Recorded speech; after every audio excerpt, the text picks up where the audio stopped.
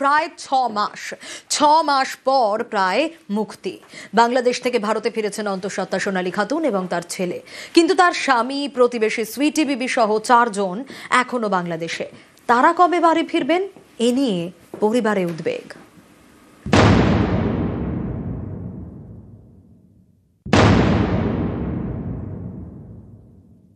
আমাদের মেলা চিন্তা নাই, ঘুম আসে না।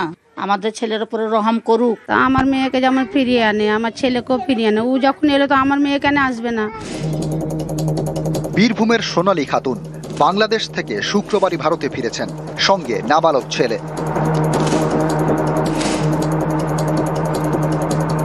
প্রায় 6 মাস পর ঘরে ফিরেছেন অন্তঃসত্ত্বা সোনালী। তবে বাংলাদেশে রয়ে গিয়েছেন আরো 4 জন। সোনালীর স্বামী দানিশ শেখ, প্রতিবেশী সুইটি বিবি এবং তার 2 নাবালক ছেলে। এই 4 জন কবে ফিরবেন এ নিয়েই উদ্বেগ।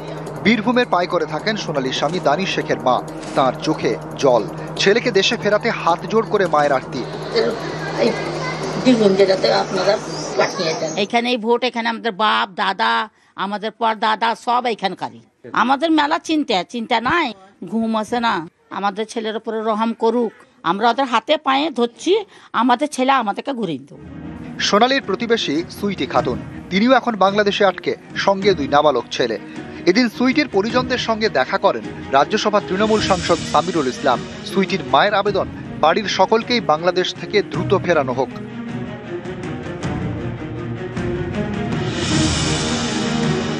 আমার মেয়েকে যেমন ফিরিয়ে আনে, আমার ছেলেকেও ফিরিয়ে আনে। ও যখন এলো তো আমার মেয়ে কেন আসবে না? আমার মেয়েও আসবে। আমি অনুরোধ করছি আপনাদেরকে, দেখেন আমার ছেলের লেগে, আমার ছেলেটাও কাঁদছে খুবই। একবার আধখান গেছে ছেলে আমার কেঁদে মার জন্য। 12 তারিখ নেক্সট হিয়ারিং আছে। সুইটি বিবি এবং আরো যে 3 জন আছে তারা ফিরে আসবে। এই গরিব অসহায় মানুষগুলোকে কিভাবে বাংলাদেশে পাঠিয়ে দিল এবং তারা যাতে ভারতে ফিরে না আসে তার জন্য কিভাবে এরা চেষ্টা করেছে বিজেপি নামক ঘৃণ্য বাঙালি বিরোধী দলটি। যতক্ষণ না বাকি যে 4 জন না আসছে এই আইনত লড়াই আমাদের চলবে। মুরারো এর 2 নম্বর ব্লকের পাইকর। এখানকার বাসিন্দা সোনালী খাতুন, তার স্বামী দানিশ শেখ, প্রতিবেশী সুইটি বিবি। সকলেই দিল্লি রোহিণীতে পরিযায়ী শ্রমিকের কাজ করতেন। সেখানে বাংলাদেশি সন্দেহে দিল্লি পুলিশ তাদের আটক করে। অভিযোগ, 26শে জুন সোনালী, তার ছেলে ও স্বামী সহ 6 জনকে জোর করে পাঠিয়ে দেওয়া হয় বাংলাদেশে। 1 ডিসেম্বর বাংলাদেশের আদালত জামিন দেয় সোনালীদের। সেদিনই জেল থেকে মুক্তি পান সোনালীরা, কিন্তু তারপরেও দেশে ফিরতে পারেননি। শেষমেশ শুক্রবার সন্ধ্যায় নাবালক ছেলেকে নিয়ে দেশে ফেরেন সোনালীর স্বামী দানিশ, প্রতিবেশী সুইটি এবং তার নাবালক 2 ছেলে এখনো বাংলাদেশে। বিবি এবং দানিশের মা যাতে তাদের ঘরের ছেলে এবং মেয়েকে যেন ঘরে ফেরায় সরকার, দেখার বিষয় বাংলাদেশ থেকে এখন কবে ফিরছে বাকিরা। ক্যামেরায় গোপাল ওঝার সাথে অক্ষয় ধীবর, নিউজ 18 বাংলা। দেশে ফিরেছেন শুক্রবার। শনিবার বীরভূমে নিজের ঘরে ফিরলেন সোনালী খাতুন, আর উচ্ছ্বাসে ভাসল গোটা পাইকর।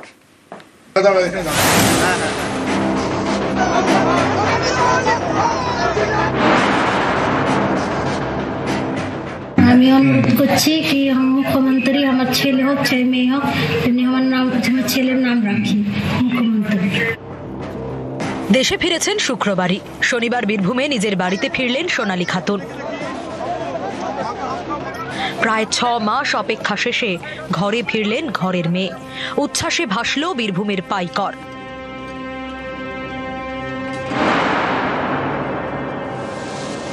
ধরো যখন যতদিন টাকা মমতা ব্যানার্জি যেখান থেকে টাকা দিয়ে পাঠাতো তো খেতাম ওখানে, তাও নিজের দেশ তো দেশ হয়।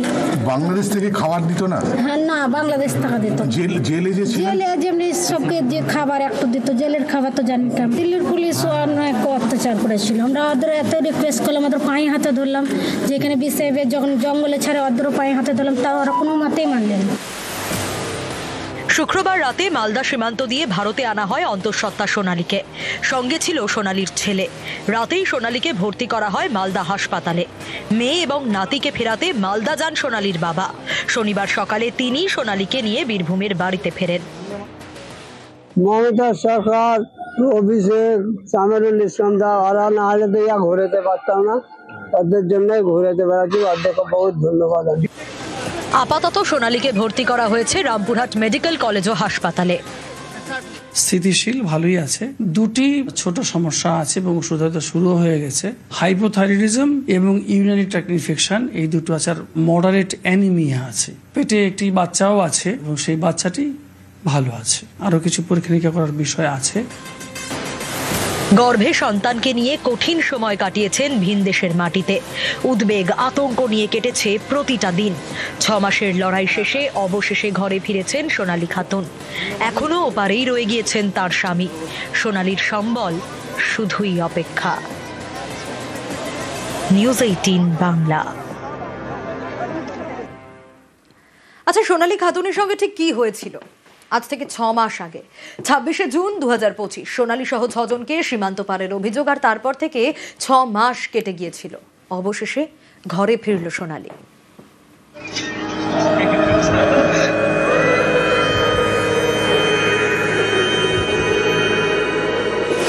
23শে জুন 2025 সন্দেহজনক অনুপ্রবেশকারী হিসেবে সোনালী বিবিকে গ্রেপ্তার করে দিল্লি পুলিশ। 26শে জুন 2025 কাগজপত্র যাচাই না করেই সোনালী সহ 6 জনকে বাংলাদেশে পাঠানো হয়। 26শে সেপ্টেম্বর 2025 4 সপ্তাহের মধ্যে সবাইকে দেশে ফেরানোর নির্দেশ কলকাতা হাইকোর্টের।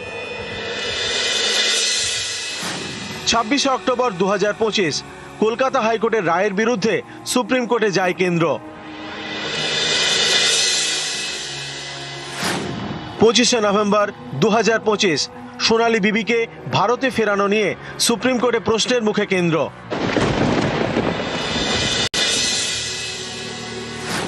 1 ডিসেম্বর 2025 বাংলাদেশের আদালতে সোনালী সহ 6 জনের জামিন।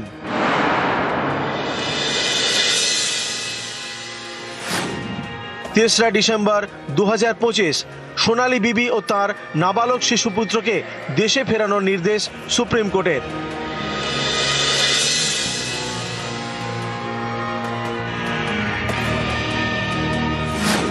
5 ডিসেম্বর 2025 162 দিন পর দেশে ফিরলেন সোনালী বিবি। নিউজ 18 বাংলা।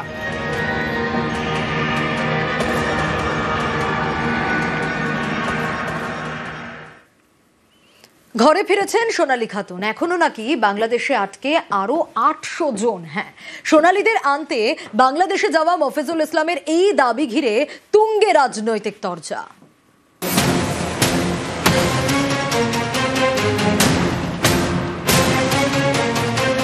6 মাস পর ঘরের মেয়ে ঘরে ফিরেছে। বাংলাদেশ থেকে ফিরেছেন অন্তঃসত্ত্বা সোনালী খাতুন। শুক্রবার মালদার মহদীপুর সীমান্ত দিয়ে ভারতে ঢোকেন সোনালী এবং তার ছেলে। কিন্তু এখনো কাঁটাতারের ওপারেই রয়ে গিয়েছেন সোনালীর স্বামী সহ আরো 4 জন। সোনালীদের ফিরিয়ে আনতে বাংলাদেশ গিয়েছিলেন মফিজুল ইসলাম। তার দাবি, সোনালীদের মতো আরো 800 জন এখনো আটকে বাংলাদেশে। যে বাংলা কথা বলার অপরাধে দিল্লি পুলিশ বাংলাদেশের সন্দেহে ধরে নিয়েছে বাংলাদেশে কুড়িগ্রাম সীমান্ত দিয়ে রাতের অন্ধকারে পুষব্যাক করে। আমি গত 40 দিন কাটিয়েছি বাংলাদেশে। 101 দিন পরে তাদের জামিন করেছি। অসহায় গরিব মানুষেরা এটা কাজ করে কোন রকম খায়। কতজন আছে বাংলাদেশে? অনেক প্রায় 800। ঘরে ফিরেছেন সোনালী, বাকিরা এখনো আটকেও পারে। এ নিয়েই শুরু হয়েছে রাজনৈতিক তরজা। পশ্চিমবঙ্গের আভ্যন্তরীণ নিরাপত্তা শুধু বিঘ্নিত নয়, পশ্চিমবঙ্গের কারণে জাতীয় নিরাপত্তা কম্প্রোমাইজ হচ্ছে। এরা পরিকল্পিতভাবে সোনালী খাতুনকে সামনে নিয়ে আসা হচ্ছে। যদি সোনালী খাতুনের ঘটনা সত্য হয়, দ্যাট ইজ অ্যাবারেশন। বাংলাদেশের জনসংখ্যা তারা নিয়ন্ত্রণ করে ফেলেছে। তাহলে এই জনবিস্ফোট বাংলাদেশের হিউম্যান বম্ব কোথায় গেল? সেটা চলে এসেছে পশ্চিমবঙ্গে। রাজ্য সরকার তাদের তৎপরতায়, আমাদের মাননীয় নেত্রীর তৎপরতায় এই ন্যায় প্রতিষ্ঠিত হলো। বেশ কয়েকজন এখনো তার পরিবারের স্বামী সহ অন্যরা এখনো এখানে আসেননি। ন্যায় কখনো ওরকম ভাবে চাপা দেওয়া যায় না, সত্য প্রকাশিত হয়। সুতরাং যে একজন মহিলা তাকে বলে দিল যে তুমি অনুপ্রবেশ করেছো 1998 সালে, আর সে জন্মেছে 2000 সালে। নিউজ 18 বাংলা।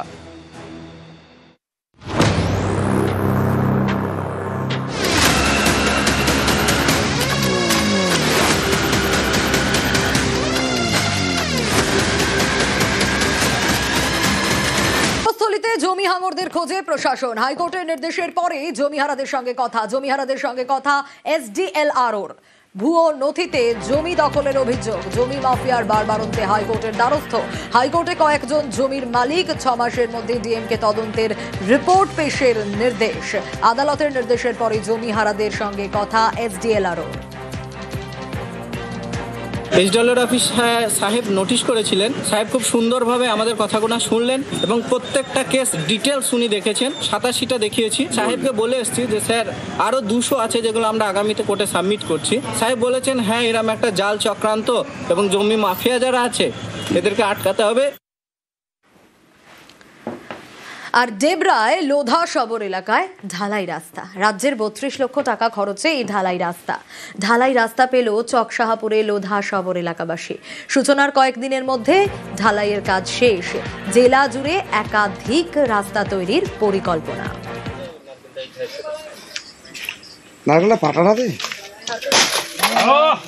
অসুবিধা প্রচুর হতো, কাদা ঘেটে ঘেটে যাতায়াত, রাত্রে জল আনতে যাওয়া, খাওয়া, পুকুর ঘাটকে আসা যাওয়া খুবই কষ্ট হতো।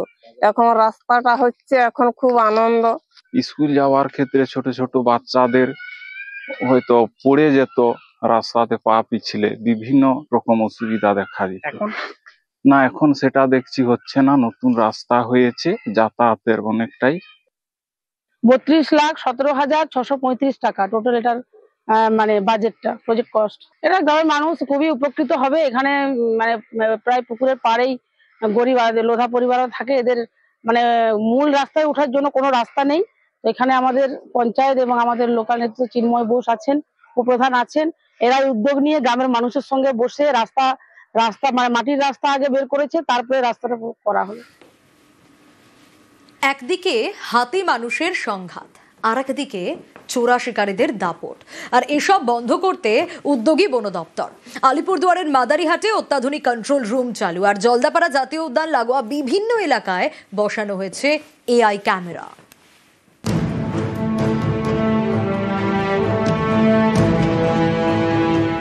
আলিপুরদুয়ারে জলদাপাড়া জাতীয় উদ্যান প্রায় 216 বর্গ কিলোমিটার এলাকা জুড়ে বিশাল বনাঞ্চল। বনাঞ্চলের বাইরে নানা জায়গায় হাতি করিডর। এই পথ ধরে মাঝে মধ্যে লোকালয়ে ঢুকে পড়ে হাতি। তাদের হানায় অনেকের প্রাণও গিয়েছে।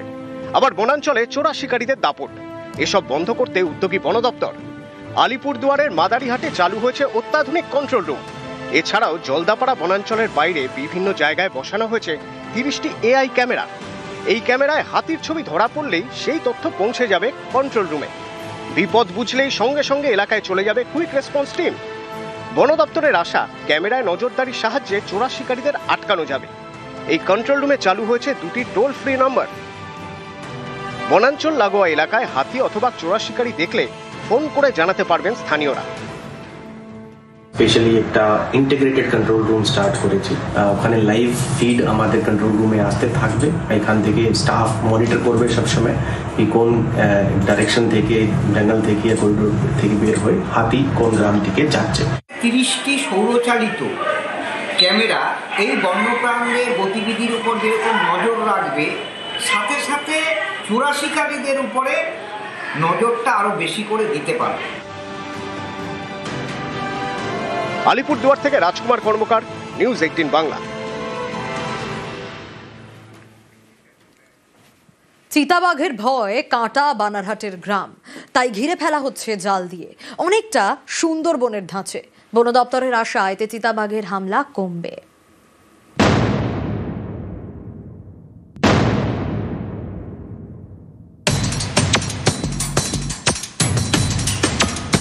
গ্রামের চারপাশে নাইলনের জাল প্রায় 9 ফুট উঁচু। চিতাবাঘ আটকাতে এমন ব্যবস্থা বন দপ্তরের। জলপাইগুড়ির বানারহাট, এখানকার কলাবাড়ি চা বাগানের হুলাস বস্তি চিতাবাঘের ভয় কাঁটা। স্থানীয়দের দাবি, কয়েক মাস আগে এক শিশুকে তুলে নিয়ে যায় চিতাবাঘ। নানা সময়ে বেশ কয়েকজন আহতও হয়েছেন। গত 5 মাসে বন দপ্তরের খাঁচায় ধরা পড়ে 5টি চিতাবাঘ। তারপরেও ভয় কাটেনি, কারণ চিতাবাঘের হামলা থামেনি। তাই এবার বন দপ্তরের পদক্ষেপ। কলাবাড়ি চা বাগানের হুলাস বস্তি ঘিরে ফেলা হচ্ছে জাল দিয়ে, যাতে চিতাবাঘ ঢুকতে না পারে অনেকটা সুন্দরবনের ধাঁচে। সেখান থেকে আনা হয়েছে জাল। বন দপ্তর জানিয়েছে প্রতিটি বস্তি এই জাল দিয়ে ঘেরা হবে। স্পেশালি লেপার্ডের কনফ্লিক্ট চা বাগানগুলো সব জায়গাতে আছে। এই একই রকমের কনফ্লিক্ট আমরা সুন্দরবনেও দেখেছি। ওখানে আমরা দেখেছি যে বিভিন্ন গ্রামগুলোকে এরকমভাবে নেট ফেন্সিং দিয়ে, জাল ফেন্সিং দিয়ে মুড়ে দেওয়া হয়। সেটাই পরীক্ষামূলকভাবে আমরা এখানে একটা চেষ্টা করছি। আমরা 1 বছর এখানের জন্য করছি, এটা সাকসেসফুল হবে আশা করছি। চিতাবাঘ আটকাতে জাল দিয়ে ঘিরছে গ্রাম, স্বস্তি ফিরছে বাসিন্দাদের। এই যে নেট লাগালো, আগের থেকে কি ভয় কিছুটা কমবে? অনেক কমবে। বিশেষ করে এই যে লাইনটা আছে, এখানে বাচ্চা কাছে বেশি আছে, আর বাঘের অ্যাটাক বেশি এই লাইনের উপরে করে। ডিপার্টমেন্ট সহযোগিতা করতেছে, বম টম দিচ্ছে, আইসে ওরা পেট্রোল ডিউটি করতেছে। এভাবে যে নেট লাগানো হচ্ছে, তাতে কি আপনারা খুশি? খুশি আছি। আর কি বলবো, কেন লাগাচ্ছে? বাঘের জন্য। ঘটনা তো দেখলেন, এবার দেখাই জোড়া অজগর, একটা 10 ফিটের আর একটা 13 ফিটের। আর এই জোড়া অজগর উদ্ধারে রীতিমতো চাঞ্চল্য তৈরি হয়েছে এলাকা জুড়ে। জলপাইগুড়ির পাহাড়পুরের এই ছবি দেখাচ্ছি আপনাদের, দেখুন। একটা অজগর 10 ফিট আর একটা অজগর 13 ফিটের। আর এই অজগর উদ্ধারে রীতিমতো চাঞ্চল্য। হ্যাঁ, ওটাই নিচ্ছি দাদা।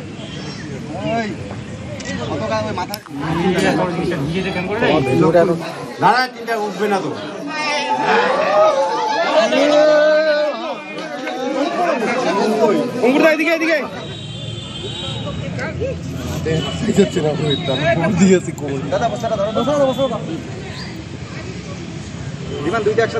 হ্যাঁ, ওটাই নিচ্ছি দাদা।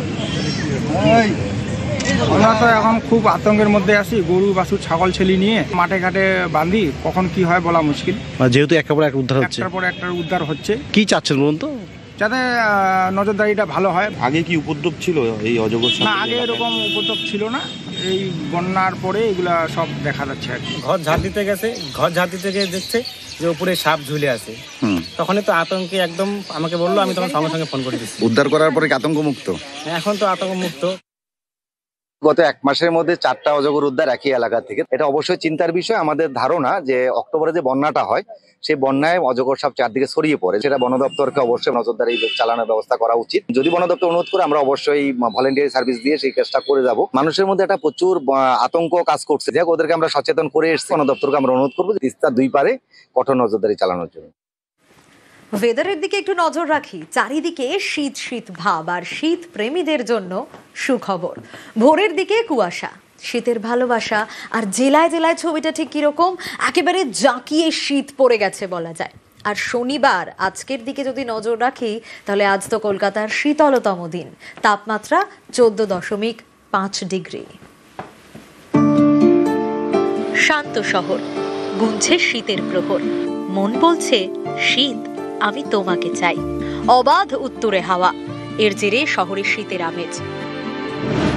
শনিবার কলকাতায় মরশুমের শীতলতম দিন, তাপমাত্রা নেমেছে 14.5 ডিগ্রিতে।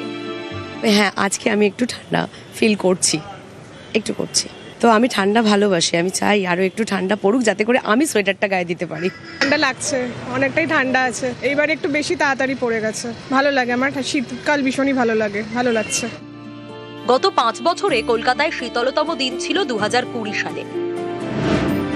ওই বছরে 17 ডিসেম্বর কলকাতায় সর্বনিম্ন তাপমাত্রা ছিল 11.2 ডিগ্রি সেলসিয়াস।